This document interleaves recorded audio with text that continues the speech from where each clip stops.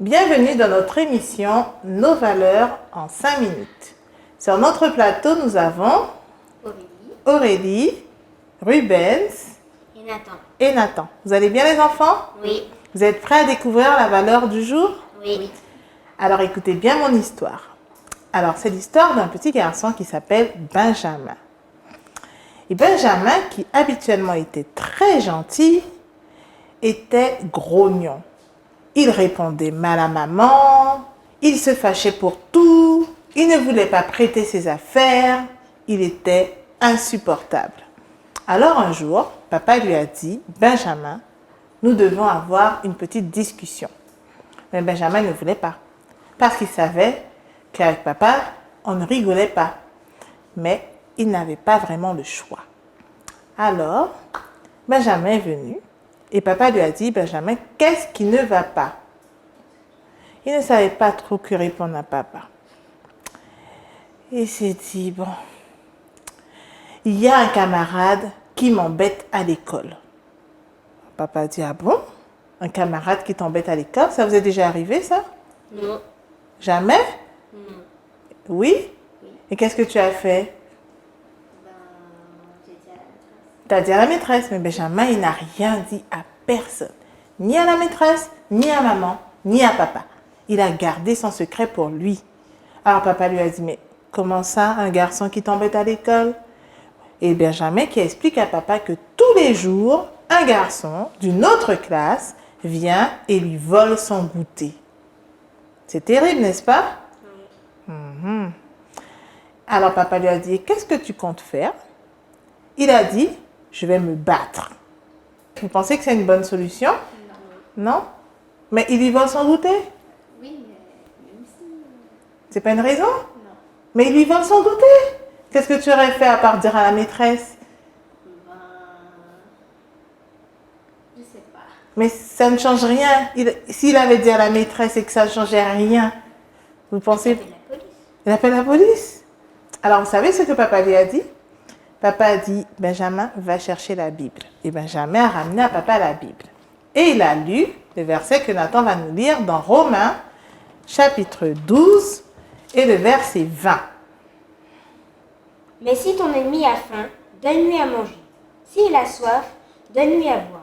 Car en agissant ainsi, ce sont des chardons ardents que tu amasseras sur sa tête. Vous avez compris quelque chose? Oui. Oui? Ben Benjamin, lui, il n'a rien compris. Il a dit, mais qu'est-ce que papa me raconte là? Il a dit, mais papa, mais qu'est-ce que ça veut dire? Je n'ai rien compris. Et papa lui a dit, eh bien, voilà ce que tu vas faire. Demain, et pendant toute la semaine, tu apporteras un goûter à ton camarade. Benjamin a dit, mais non, là, papa, il a un problème.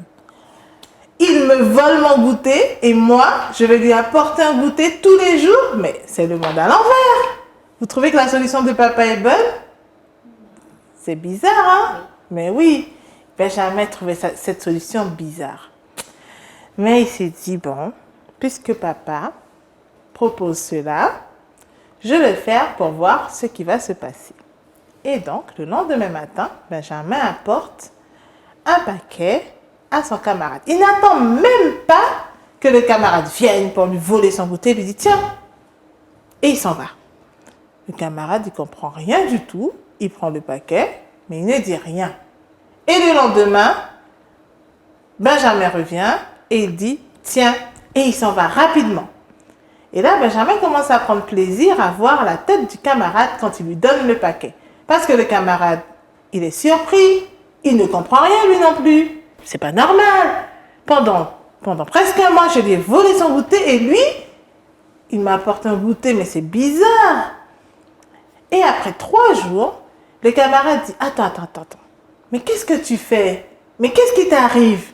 Mais pourquoi tu fais ça? Et Benjamin qui lui dit, mais si tu voles tous les jours mon goûter, c'est parce que tu n'en as pas. Alors je t'en apporte un. Et là, le camarade a dit, je te demande pardon pour tout le mal que je t'ai fait. Et ils sont devenus de super amis. Et au bout de la semaine, à la fin de la semaine, papa appelle Benjamin et lui dit, alors Benjamin, comment s'est passée cette semaine à l'école? Parce qu'entre-temps, Benjamin, il avait changé. Il était redevenu le petit garçon gentil qu'il était avant. Il ne répondait plus à maman. Il n'était plus grognon. Il prêtait ses affaires. Il avait changé parce qu'il n'y avait plus rien qui l'embêtait. Et il dit à papa, eh bien, j'ai amassé des chardons ardents sur sa tête. Et papa a compris que son fils avait bien appris la leçon. Il ne faut pas rendre le mal pour le mal, mais il avait décidé d'être gentil. Il avait décidé d'être gentil avec quelqu'un qui était méchant avec lui. Est-ce que c'est facile à faire, les enfants? C'est pas facile. Même pour nous les adultes, c'est difficile. C'est une valeur que nous devons nous aussi travailler en nous.